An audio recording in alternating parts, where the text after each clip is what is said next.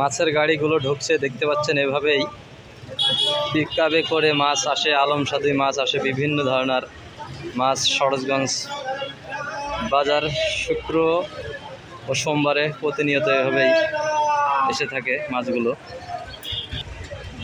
ওখান থেকে আবার মাছগুলো এভাবেই কিনে নিয়ে নিত্য নতুন হাটে তারা নিয়ে যেয়ে থাকে। আমি তাই আপনাদের একটু ঘুরে ঘুরে দেখানোর চেষ্টা করে থাকি। গরিবের জীবন কাহিনী সবসময় আসলে নতুন কিছু নিয়ে ব্যস্ত থাকে, আপনারা জানেন। এভাবেই মাছগুলো সব আনলোড হয়, ওখান থেকে ডাক হয়, আপনাদের আমি দেখানোর চেষ্টা করছি। অসংখ্য গাড়ি এসে থাকে আমাদের এই সরোজগঞ্জ বাজারে। এটাই হলো সরোজগঞ্জ বাজারের মাছ বাজার। ইব্রাহিম ভাইয়ের চারতলা দেখতে পাচ্ছেন আপনারা।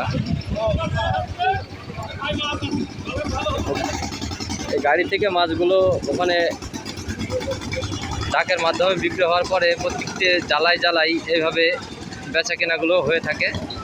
প্লাস এখান থেকে আবার অন্য হাটেও ক্রেতারা কিনে নিয়ে যায়, যেমন দেখতে পাচ্ছেন আমি দেখালাম আপনাদের।